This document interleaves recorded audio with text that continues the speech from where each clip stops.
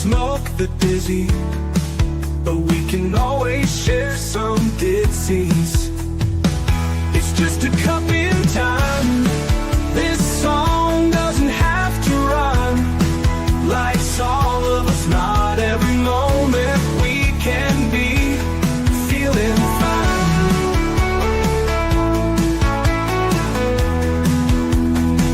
I wanna share a moment, just a second if you will, maybe even a cup of thrill.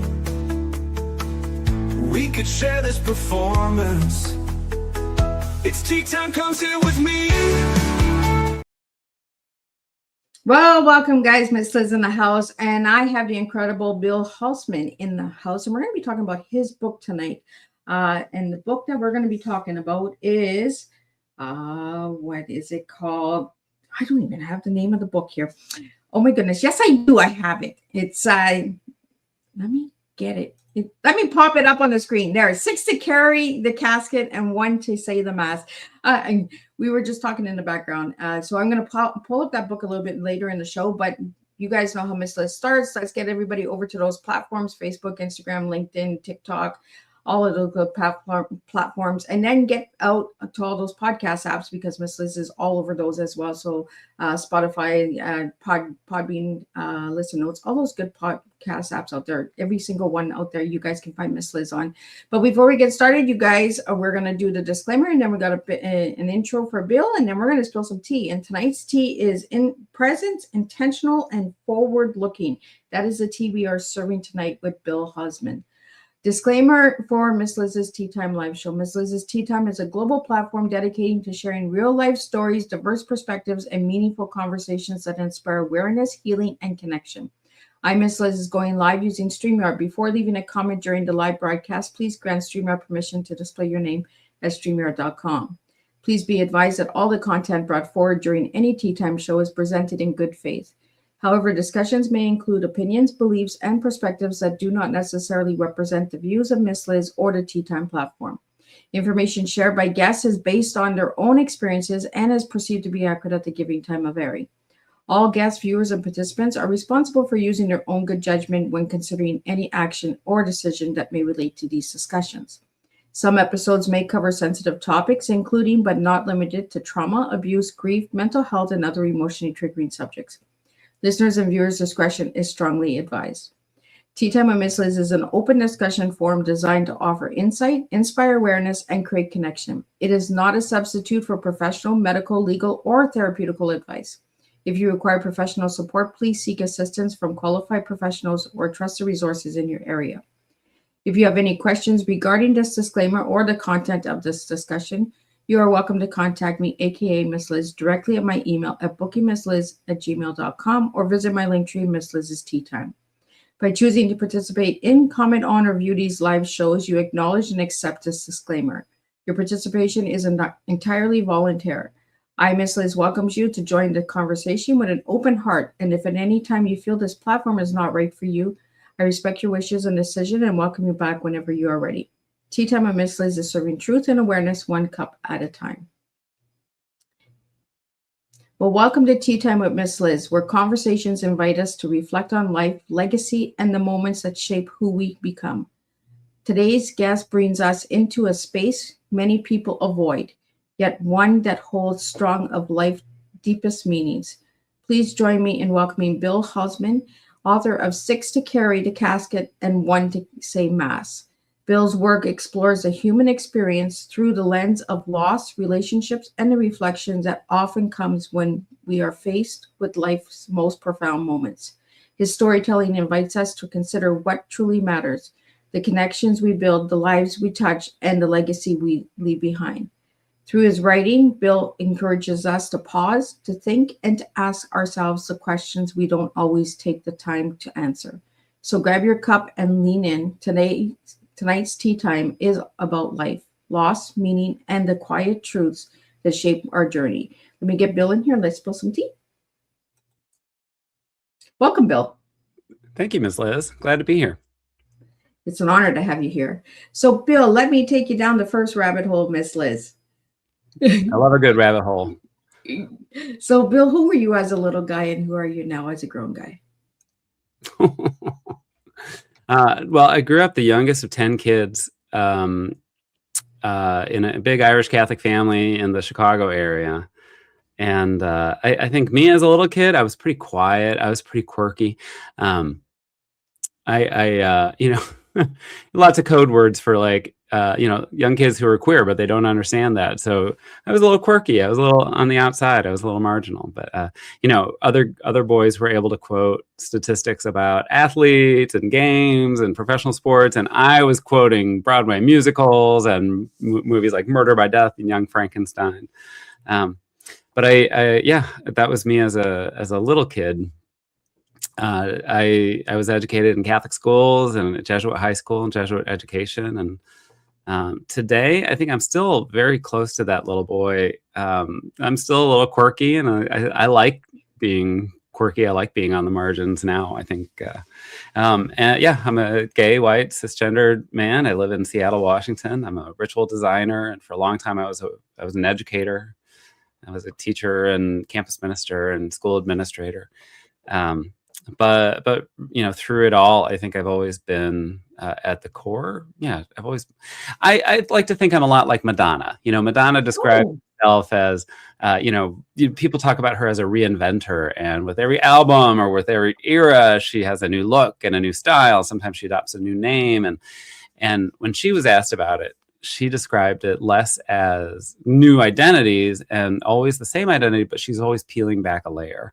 So every era that comes out of her career, it's her peeling back another layer that she's able to reveal.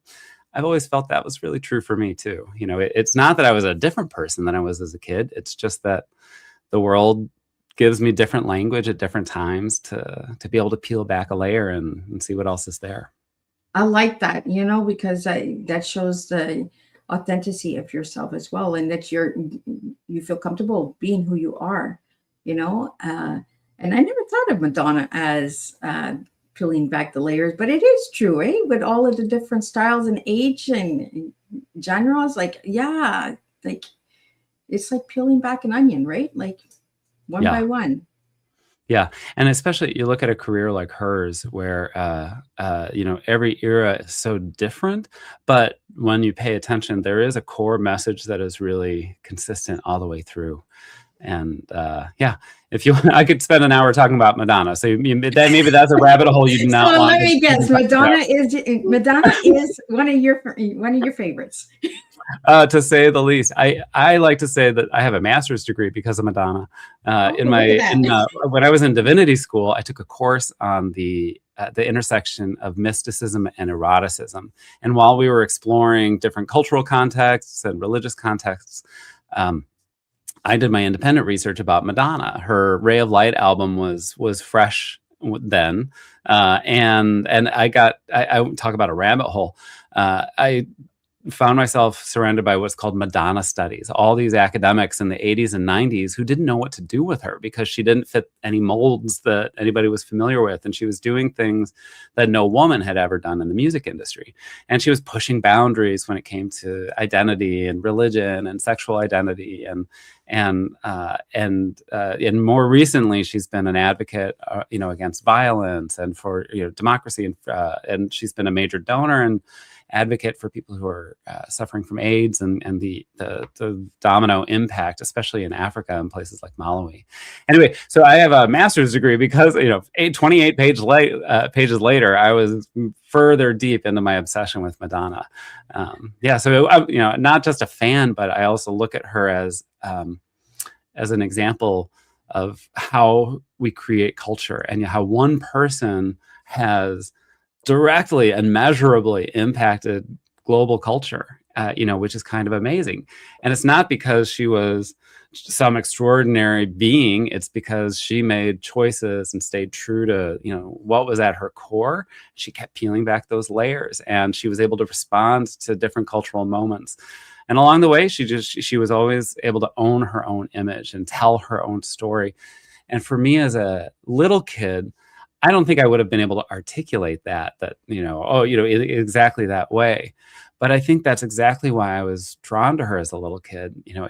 I didn't have the language to tell my story then. And I looked at her like, someday I'm going to be able to tell my story like she tells hers.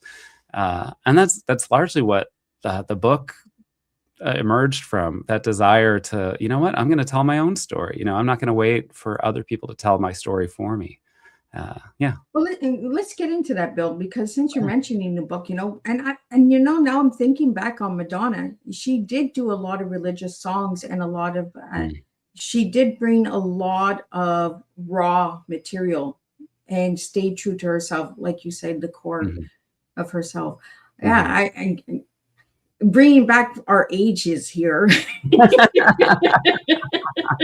For all the newbies out there that are listening to Teatime, kind of giving our ages away here. But let's get into the book, because I was really interested about the cover of your book. Yeah. So I'm going to pull up the cover.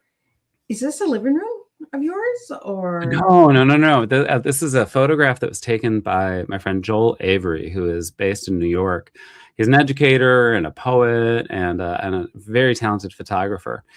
And I reached out to him when I was, putting the book together and looking for cover art. And I thought, oh, Joel gets it. Joel will understand the story I'm telling. So he sent me a couple of photos to play with. And this was the first one that he sent me. And I just kept coming back to it. So he told the story that he was just walking down the street in New York one day. And this is on the sidewalk in this pink chair, facing the sidewalk, looking out to the street. Is right there in the middle of all this chaos and all this debris and detritus and something about the patterns of, the multiple posters that are up on the columns and the graffiti that's up random and furniture in various states of decay and repair. So he saw it as kind of a beautiful mess. And I looked at that too, and I thought, oh my gosh, I'm sitting in that chair, and that is the mess and the swirl of my life behind me. And I think, when I found myself swimming in grief or in anxiety or in pain or fear, I'm probably facing that mess and not able to see what's behind me, what's out on the street. But the fact that the chair is facing out with the mess behind, that felt like what the book was for me. Not leaving my past behind, but knowing it's back there and knowing I can tap into it to continue to shape myself and to continue to grow. But I'm always looking out onto the street. I'm always looking at the world and wanting to engage.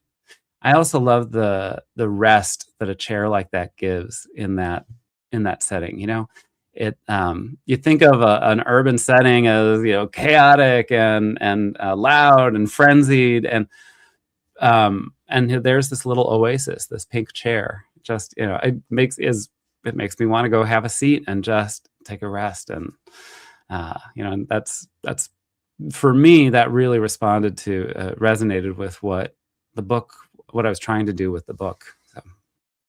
So Bill, how did you get the title of your book? The title is taken from an essay in the book with the same title, 6 to Carry the Casket and 1 to Say the Mass. And that essay is about my mom. A lot of the book is about my mom and my relationship with my mom. She, when she was turning 80 years old, about 4 months before she died, we threw a party for her. And my sisters nominated me to give a toast and to a happy birthday toast. Now, I think a lot of people would talk about, somebody's achievements or, somebody's qualities or anything.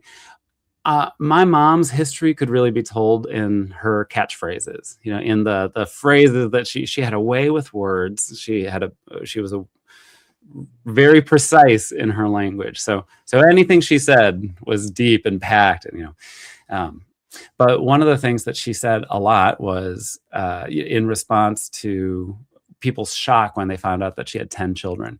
So, the first thing they'd say, oh, you have 10 children? And she'd lean in and say, well, they're from my husband's first marriage. And by the time people figure out, wait, you were your husband's first marriage, she had already moved on to another conversation. And when people found out that she had 7 boys, they were like, 7 boys? How do you, 7 boys? oh my gosh, isn't that overwhelming? And she'd say, well, God gave me 7 sons for a reason. 6 to carry the casket and 1 to say the mass. Oh, On the one hand, it's an insight into my mom's sense of humor, and also the way that I like to say she prepared us for her death from the moment we were born. But it was also one of the first identities that I really absorbed. By the time I was hearing my mom say that, I was the 7th son, and the first 6 were clearly not headed to seminary. And I thought, well, that maybe that's something for me. And later I majored in religious studies in university, and I did a master's in the comparative study of religion, and I went to work as a campus minister. And I think with each of those steps, my mom was like, oh, the prophecy is coming true. I'm getting a priest in the family. We're close. Yeah. I think I'm the closest she got among her children to getting a priest in the family. And I didn't get to say the mass, but I got to plan the funeral with her. And that was actually one of the, a few months after that birthday, she had recurrent cancer that came back, and this time it was terminal. And she made a decision. She was done with chemo. And when she did that, I went in for the weekend to visit and to, say goodbye. And we were sitting watching The Sound of Music. And we're sitting in the little den and watching Sound of Music. And as Maria and Georg are falling in love, she just turns to me and says, there's a song I want at my funeral. And I thought, okay, here we go. This is my instruction. So I went and got my laptop and started the file to start planning her funeral. And we spent the rest of the movie, she had very specific ideas about what she wanted to communicate and what was important to her to communicate to people as we were all saying goodbye. And it was a really beautiful moment. It was, it was not something I ever wanted to do, but what an extraordinary gift to be able to share that moment with her. And I frame it as her last kind of lesson for me, that she was approaching death with dignity and with confidence, and she was ready, and she knew what the funeral was about. She didn't want people to dwell. She wanted a space for people to, yes, of course, say goodbye, but also to figure out how do we all keep moving forward without her. So it was an extraordinarily beautiful gift, and I'm grateful for that moment. So yeah, so that's where the title comes from. 6 to carry the casket and 1 to say the mass. I was the one who was supposed to say the mass. I got close. Never went to seminary. You got to plan it. Right. So it's kind of like saying the mass, right? I think so. You got the words. The Catholic Church might disagree with our theology here, but no, but it really was. It was. She was a person of very deep faith and very strong principles, and that doesn't mean she had conservative faith. She was actually pretty progressive when it came to her religious outlook, but it was something that was always just under the surface for her. Religion was always a part of life, and how people treated each other and how she treated other people really was a reflection of she really deeply believed in the inherence of human dignity. And so it was, she was quite a person. Yeah. Well, Bill, we got some questions that are coming in, so I'd like to get them out to you. We have a question here from Nick. How did Bill begin redefining his identity? Well, first I started to define my identity. I think we inherit identities and we don't always recognize that we've inherited them and we're not stuck with them, whether it's, you're born into a particular body and you're born into a particular skin. And, but as you come to know yourself, I think it's really important to find the language. And I think growing up gay in a very straight world, without that language, I was paying that much more attention to where I could find clues to understand I feel different. Why, how do I understand that? How do I navigate and negotiate this difference? So I think first step is it's not redefining, it's defining my identity. What is it that I inherited? And then over time, different experiences, different relationships, different moments in my life gave me space to question, is this an identity that I really want to hold on to? Is the, what, and how do I shape my identity? What are the things that I want to hold on to, and what are the things that I want to let go? When I started writing the essays that landed in this book, I think I was unconsciously doing just that. I was looking back at experiences and digesting them. I think maybe that's the best way to go back and metabolize, so that I could retain what was good and what I wanted to hold on to, even painful and difficult moments. And then really consciously let that become a part of me, and let that become a part of who I'm going to be moving forward. For me, the method throughout all of that is reflection, is critical reflection. I think people give reflection kind of a bad rap. We think of it as opinionizing, or we think of it as warm and fuzzy. Oh, let's reflect, but let's all hold hands and sing Kumbaya. Yeah, I mean, I'm happy to hold hands and sing Kumbaya, but that doesn't mean we're doing any critical reflection. But I come from more of a John Dewey's perspective that critical reflection is essential for any kind of growth. But it's not just sitting back and feeling warm and fuzzy or having an opinion. It's looking at things systematically. It's being in dialogue with others, whether it's somebody right in front of you, or whether it's somebody who, was in the past from 1,000 years ago and left behind a text you can be in dialogue with. But whatever that dialogue is, to be able to engage with others and to be able to understand something more deeply. So for me, reflection and various modes of reflection was really important for me to understand my identity, and then to feel empowered to redefine my identity. What kind of goes into the question that just came in is, how do you start questioning inherited beliefs? I think you trust your body.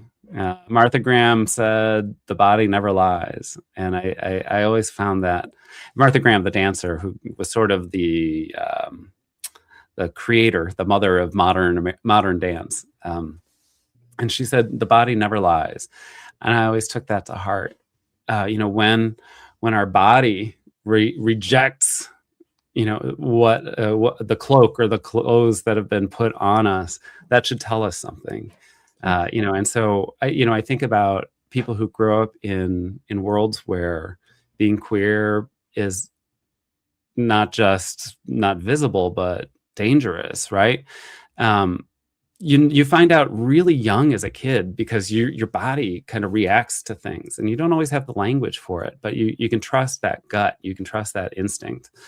The other piece that I've always relied on is conscience. One of the things that my mom was really insistent on when it came to Catholic theology was a little piece of theology called the primacy of conscience. And it's the notion that our conscience is that part of us that is closest to God. And when our conscience is ringing a bell, that's what we have to listen to, not the authority in front of us, not the law, not the Pope. My mom used to say, "Oh, what does the Pope know? He's just another priest." So it's he's not the one doing the mass, right? No. But when your conscience is ringing, that's what to listen to. And so when my body was telling me, like, "Hey, Bill, you're not straight," I didn't experience a conflict that a lot of people experience, because I didn't have a religious world saying this is what you need to be.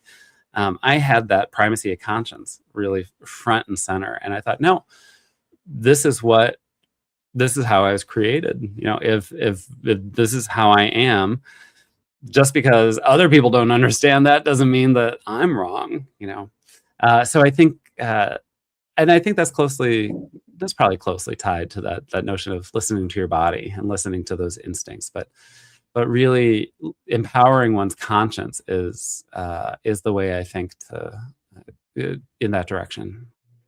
The next question we have that came in is, how can someone balance faith and personal truth? I feel like there's a story behind that question. Right? Like, We got a whoa, storyteller joining us that is tonight. that is a month-long retreat to respond to that question.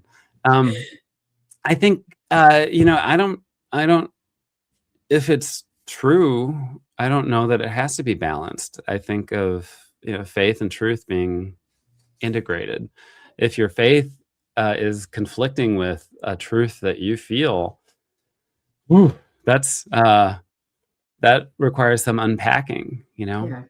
Christian Wyman is a poet, and he wrote this book called My Bright Abyss, and he has a beautiful meditation in it on a life of faith.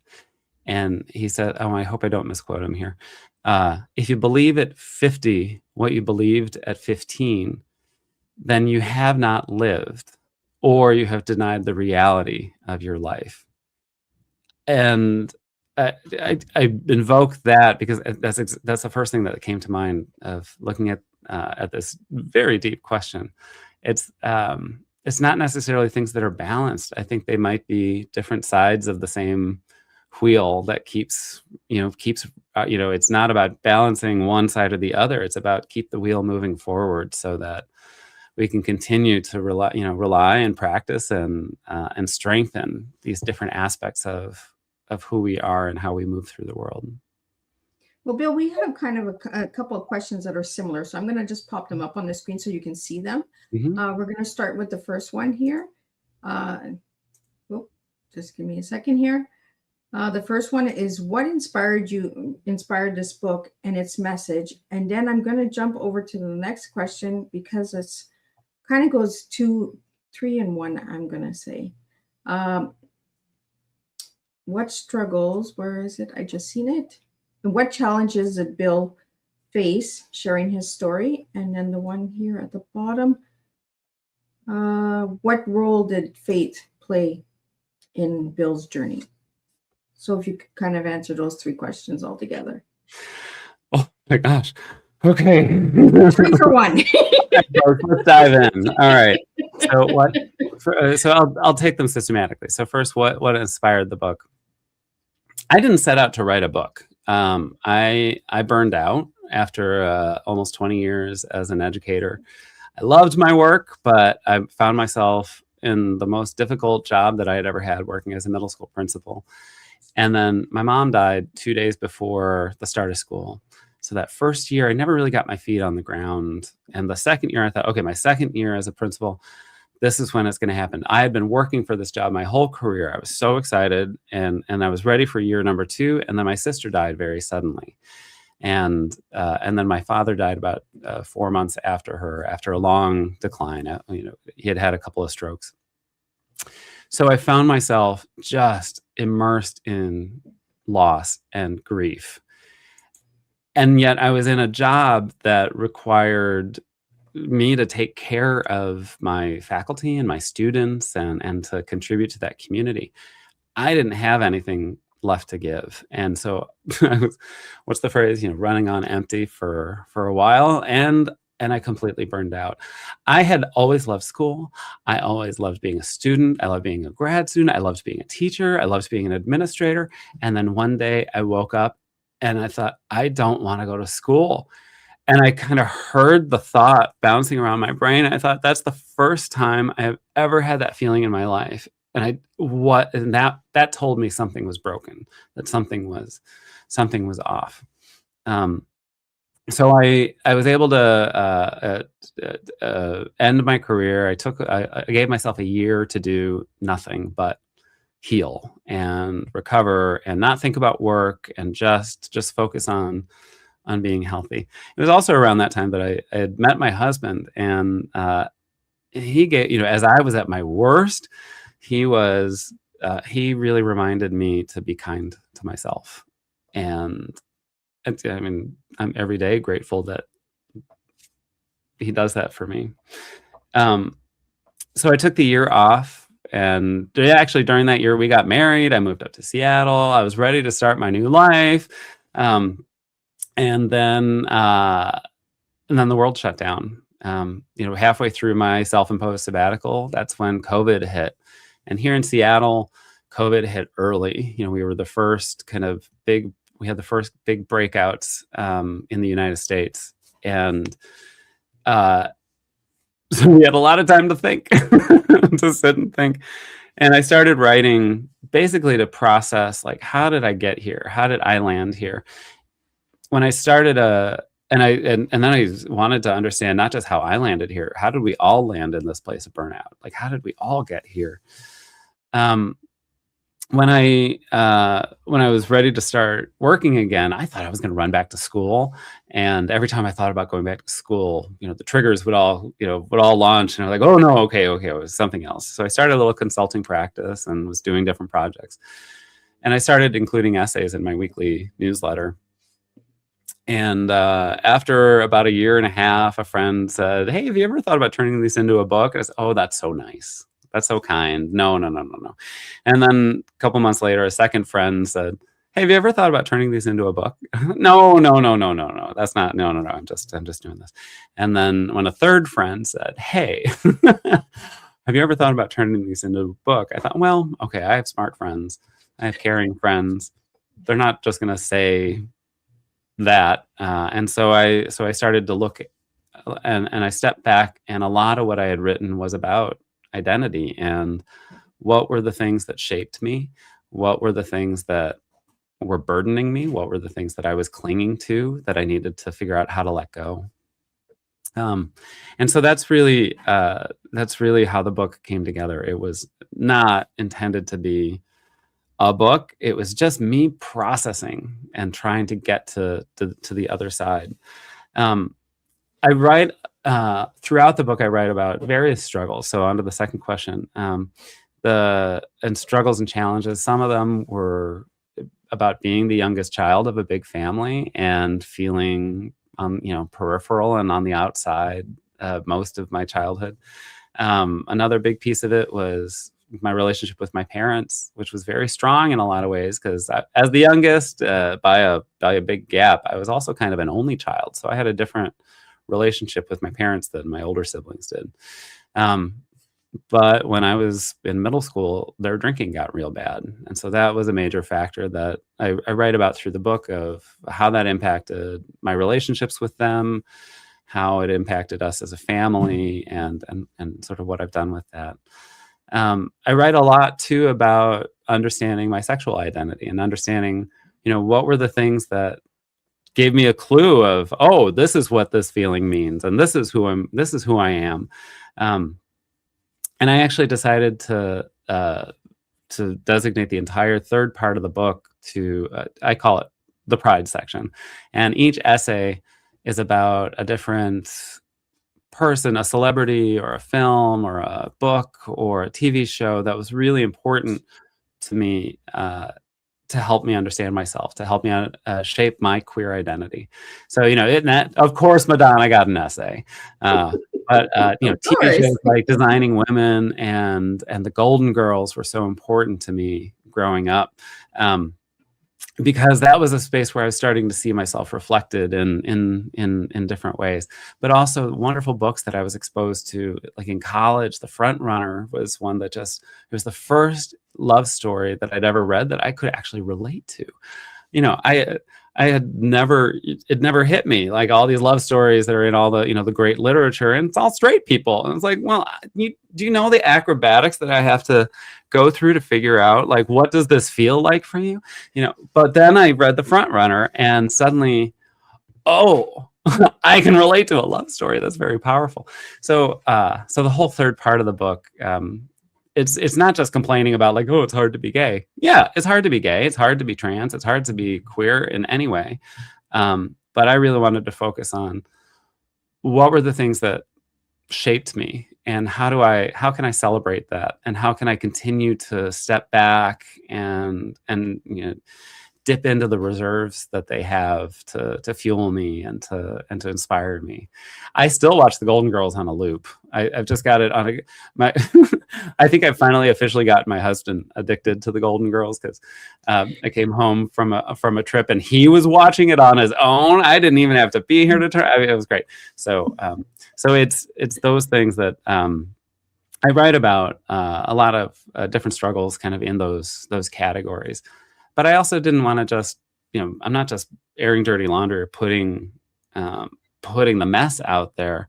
I wanted to do something with it, and so I hope that's something that readers are able to resonate with. In terms of the faith role, this is a curious question. Religious identity is big throughout the book. I was basically a professional Catholic for a long time. I majored in religious studies, and I had a master's in comparative study of religion. I taught world religions and theology, and I was a campus minister for many years, and I loved that work. And I always thought of it as, okay, I'm a safe presence in these schools, and my kids, queer kids have their young gaydar that they're figuring out how to hone, and so they'll recognize, like, hey, there's someone like me in the building, and I thought I could be a face of the church for them that wasn't rules and exclusion, but it was inclusion and moving forward and really engaging in our faith and our practice. And then I went to a conference. And I write about this book. It's a chapter called Dan Savage Ruined My Life. So I went to a conference and I heard Dan Savage speak. He's a sex columnist. He writes about love and relationships and sex and politics. And he was talking about the It Gets Better project. So this was 2012, and the It Gets Better project was pretty young. And their goal in the It Gets Better project was to collect videos from famous people who are queer, to send a message to kids, it gets better. And it was in response to a spike in suicides among queer teens who felt really isolated. And yet at that time, all of a sudden there was YouTube, and all of a sudden there were smartphones. And so Dan and his husband Terry thought, okay, well, we can't get them out of the house and they're feeling trapped, but we can get into YouTube and we can send this message. So everybody wanted to hear about this project. Everything was great. Everyone was super inspired. And at the end of his talk, he was taking some questions. And somebody got up to ask a question and then said, I'm asking this on behalf of somebody else who can't even ask a question in this context without risking their job. And everybody in the room was like clutching the pearls, like, oh, can you believe it? Could you imagine working someplace like that? Except for those of us who worked at religious schools, and we were like, yeah, that sounds familiar. So the question proceeded, and it was something like, I'm a queer educator. I'm in this conservative religious place, and I'm here to be a safe space for my queer students. What advice do you have for someone like me? And Dan took a second, and he cocked his head, and he said, you're not going to like my answer. And his advice was to get your resume in order. And everybody in the room at that point was like, what? So he explained, you think your presence there is sending a message that kids are safe, but you're really sending a message that it's okay to leave part of yourself at the door on the way into work in the morning. And I had never looked at it that way. And in an instant, my self-understanding as a teacher, my self-understanding as a Catholic completely flipped upside down. And I started looking at it very differently. And that really set the path for me to get out of Catholic schools. I identify as Catholic. I'm in a big fight with the Catholic Church, and I'm waiting for them to apologize, but I don't think that's going to happen anytime soon. But so I don't practice as a Catholic, but I don't think of myself as an ex-Catholic. I think of, I'm one of those Catholics who's waiting for the church to recognize the inherent dignity in me. And so I think it's really sad how religions, divide people. We're all children of God. So why are we being divided? Why can't we be accepted for who we are? Right? Straight, gay, queer. Like, we're all individuals. We all bleed red. Like, we all have a heart. And I find that there's so much judgment with people that don't understand stuff, and they're so closed-minded. And Catholic churches, I find that I know the Catholic Church can come after me now, but they're so closed-minded and so set in their ways that they don't want to open the mind of understanding an individual. Well, that said, the Catholic Church now, with Pope Francis and now with Pope Leo, the tone talking about queer people and their place in the church has shifted pretty radically. That doesn't mean that the theology's changed, but if people think that a pope can just change theology, that's not how the church works. It builds up from the ground up, and then the Vatican says, this is a new truth. This has been revealed, throughout the church. So it's not like the Pope can just like wave a wand and change the teaching. But what I think Francis and Leo did and is now doing is really changing the tone and being very visibly engaged with queer folks as a way to send the message of, we're all welcome at the table. Francis's biggest argument against conservative Catholics who wanted to deny communion to not just queer folks, but anybody who violated church teaching or whatever. And his response was, Eucharist is not a reward, it's nourishment. We go because we're broken and because we want to find something, some strength or some healing or some peace. We don't hold that back. We can't withhold that from people just because they're not living a life that we don't understand. I'm with you. For me, it boils down to, why is the first instinct when you meet somebody who is other than you, and this isn't just religious context, this is anytime, but why is the first instinct to judge and push away and not to ask, oh, well, that's interesting. What does that tell me about creation? Especially when people invoke, religious perspectives, and to say like, oh, well, that's not what God intended. Like, how dare you try to read the mind of God? Like, who are you to say? But for me, it's, right now I think about I have trans family members and friends, and I think about them and the vitriol that they're suffering and the danger, very real danger that they're living in, because people they look at them and they say, nope, you're wrong, without saying, oh, maybe there's a piece of creation I don't understand yet. Maybe God is still revealing something. Maybe I haven't got the eyes to see what might be revealed in somebody else's life. But I find that's what everything in life, right, Bill? Like everything in society, when somebody doesn't understand it, automatically, let's divide it. Mm-hmm. Let's separate it. Let's cause confusion. Let's cause distractions. Instead of getting to understand it and sitting and having an open conversation or an open debate about it right away, it's like, you're wrong, I'm right. You're right, I'm wrong. Like, there's no openness that I find that is happening in today's world. And that's why I love having conversations like this, and the openness of the conversation, whether it's what I believe in or not. My daughter asked me many times when my son was younger, Mom, if your son turned gay, would you still love him? Absolutely, still my child. Like, why would I not love him if he became gay? And I said the same thing for her. Like, why would it change? There should be no change. But there are families out there that as soon as the children come forward and you're no longer my child, it's almost like the fear of understanding. And I think too, it's when religion is manipulated by power structures, it is unstoppably dangerous. And when powerful people use religion as a weapon, and I believe that that's what's happening now. I don't think religion itself is evil or good. It's a human institution, and it's subject to how humans use it, right?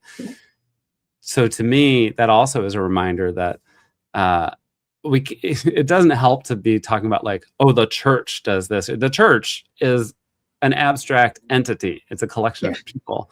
The country, when we talk about, oh, the country is or the government or this group or that group, whatever it is, we need to stop thinking in those abstractions and instead like, well, what are the individual choices that people are making that are leading to those collective actions or leading to those collective efforts?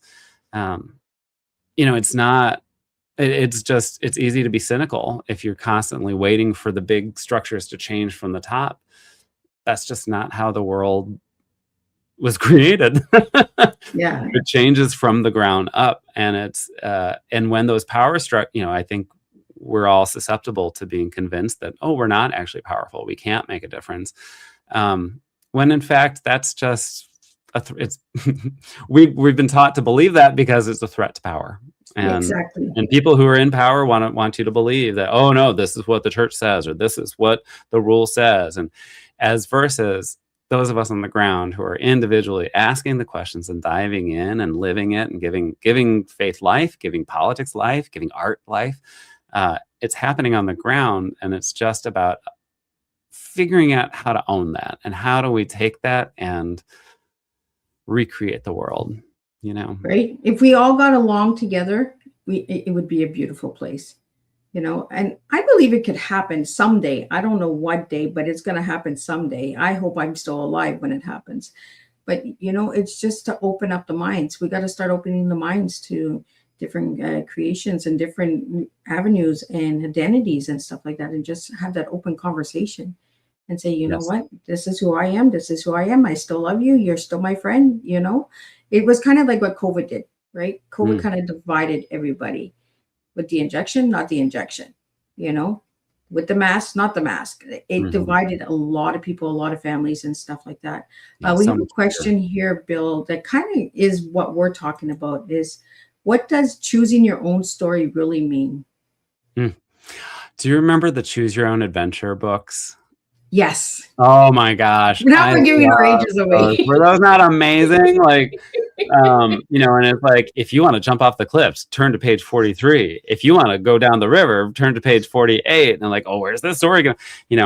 I feel like somebody working in the Marvel universe was inspired by those Choose Your Own Adventure novels. And that's how they came up with the whole multiverse, philosophy and all that. Choosing my own story. What does that really mean? It is taking ownership and responsibility for the choices that we make. I think that, that does relate to exactly what we're talking about. It's not even, I get tired when people talk in, euphemisms and abstractions. And it's like, it's too easy to be cynical, right?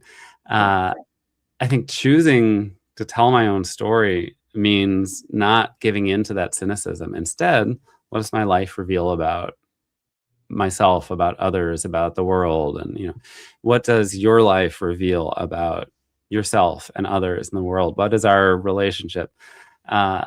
And being able to tell my own story as versus waiting for somebody else to tell it for me. That makes sure that I'm communicating what's important to me and what I've understood out of my experiences. What has my identity enabled me to see or understand? And I want to contribute that. I think when we don't tell it, then we're stifling creation and creativity. I like that. We all have a story. Yeah. And live your story. Be proud of your story. And that's why I always ask all my guests what their T is, because I can't tell you what your T is. I can't tell you who you are. You have to tell me who you are.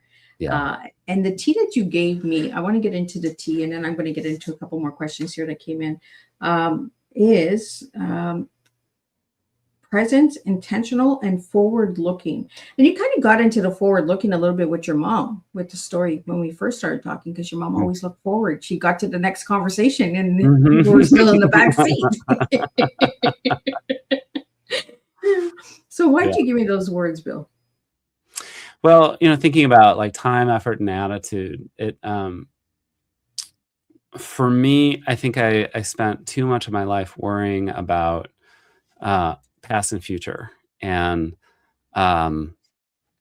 particularly being an educator, you're planning. You're always like, looking past. How did we get here? And what's coming next? But the most beautiful moments as a teacher happened when I felt really present to my students and to my colleagues. And, that's where those transformative moments emerge. It's not when you're looking back or forward. It's when you are in the present moment. And, I think every wisdom tradition has some way of saying that. And we have to keep reminding ourselves to to be present. That doesn't mean like live in the present and carpe diem, because that's just filling up your time. It's about, no, how am I present to you? And how are you present to me? And what kind of peace, what kind of connection can we just get from that moment? So for me, that's kind of a daily mantra for me, like be present, be present, be present. And it takes practice to be present. It's not natural. It takes practice to sit still. It takes discipline to be able to cultivate that skill. Intentional in terms of the effort. You know, I've never been a hard worker. I'm not a believer in hard work. I'm a believer in smart work.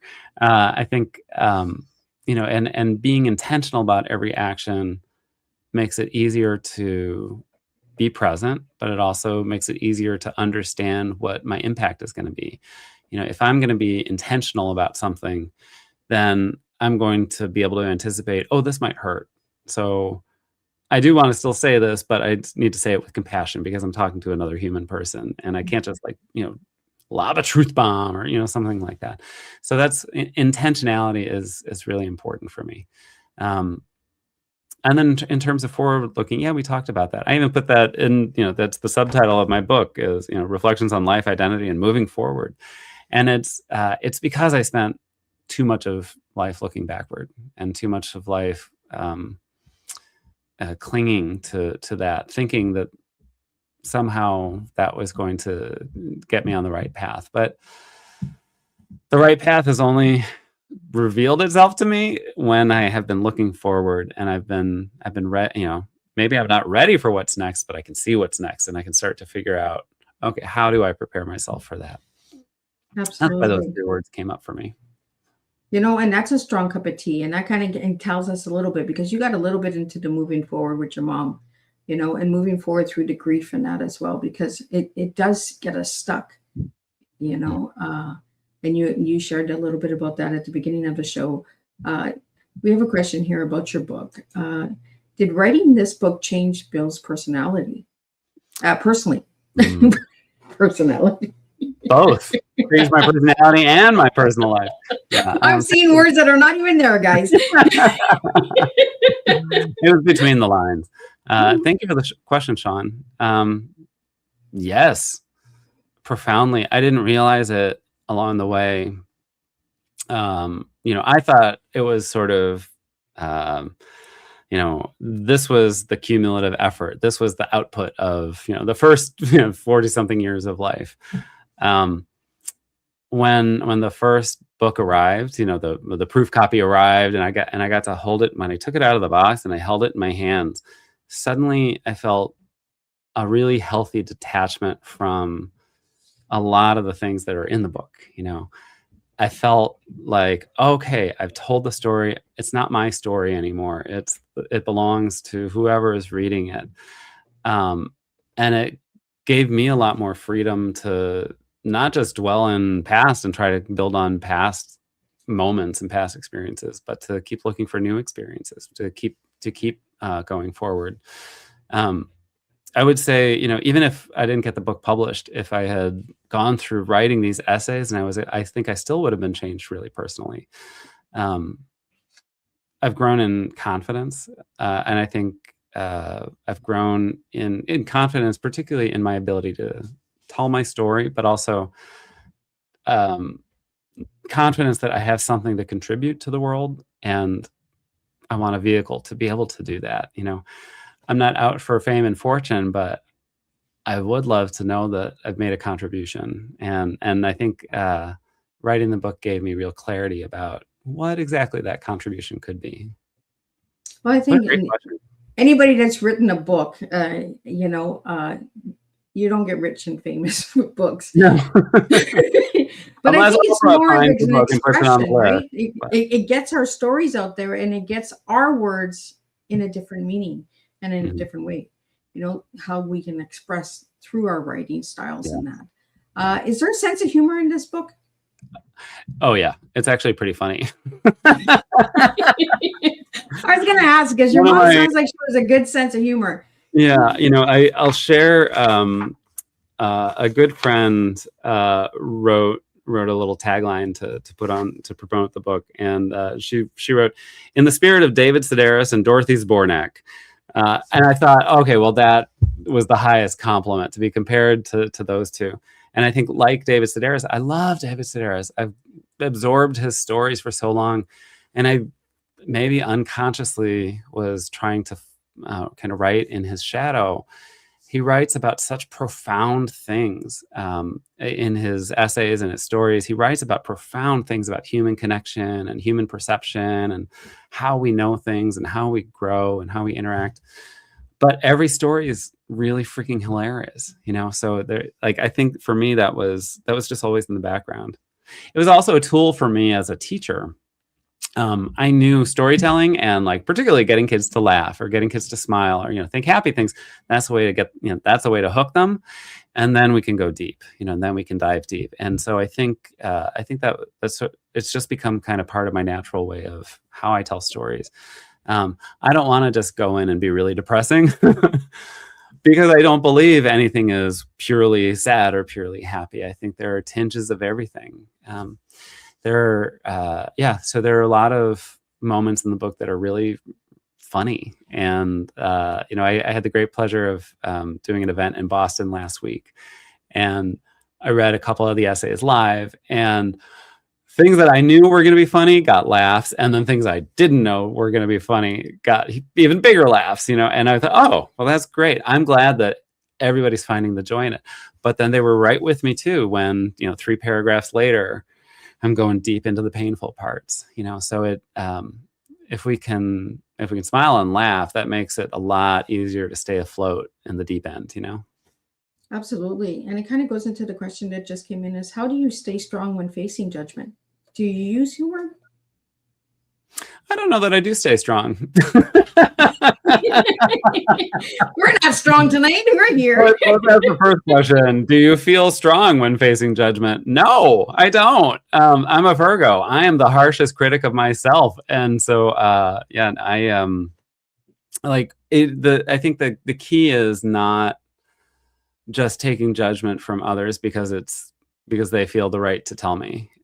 You know, what does RuPaul say? If they aren't paying your rent, or if they aren't paying your bills, pay them no mind. You know, if somebody's judging me and you have no stake in my life, like, well, you need a hobby. I'm not going to internalize that.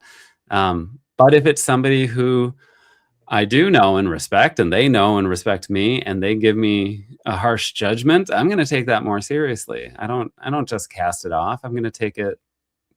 I'm going to take it as they're judging me to be loving and helpful. Maybe they're not always so warm and fuzzy about it, but when it comes to strangers who are judging me, it's like, I don't care. Like, why are you spending your time on this? Like, the world is on fire, and you're mad at me? Like, come on. Like, there's so maybe that's how if I am strong at all, it's because I'm able to compartmentalize and know what is relevant to me and what I really don't care about. Well, Bill, if anybody wanted to get this book, where could they get it, and how can they reach out to you? You can get it anywhere you get books, on my website, which is up on the screen, billhulseman.com. There's a page called Bill's Book, and that's got links to find the book on Pathway, bookshop.org, Amazon, you know. So the book is available there. I also, you know, if anybody's interested in, you know, future writing that I'm doing, you can sign up for my newsletter. I offer guided meditations that are going to be resuming this month. So once a week via Zoom, and it's just a bit of practice at being present and finding some peace and quiet. Yeah, so you can find me at my website, or you can also follow me at Bill Hulseman Rituals on Instagram, and you know, that's a good starting point for the socials. Yeah. And what's your final message to everybody tonight?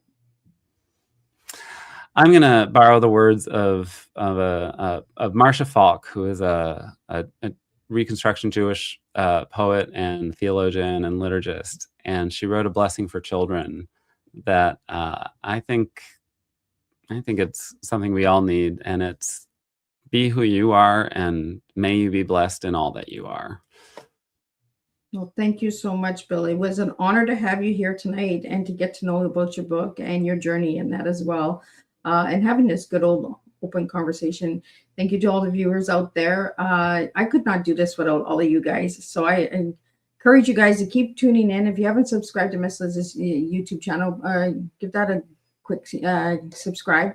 But we're just going to do a wrap up of what tonight's tea time was, and then we'll wrap it up, and we'll see you guys next week, and we'll do this all over again. What a thoughtful and moving conversation. Bill, thank you for reminding us that life's most important lessons often come from the moments we least expect. Your work invites us to look beyond the surface and reflect on what truly holds value in our lives. Tonight, we were reminded that legacy is not built in grand gestures. It is built in everyday moments, relationships, and the way we show up for others. To everyone listening, here is something to carry with you after this tea time. If your story were being told today, what would it say about how you lived and who you loved? Until our next teacup shared, keep sharing, keep choosing meaning, keep choosing connection, and keep living in a way that reflects what matters most to you all. And thank you all for joining me, and I'll see you guys next week, and we'll do it all over again.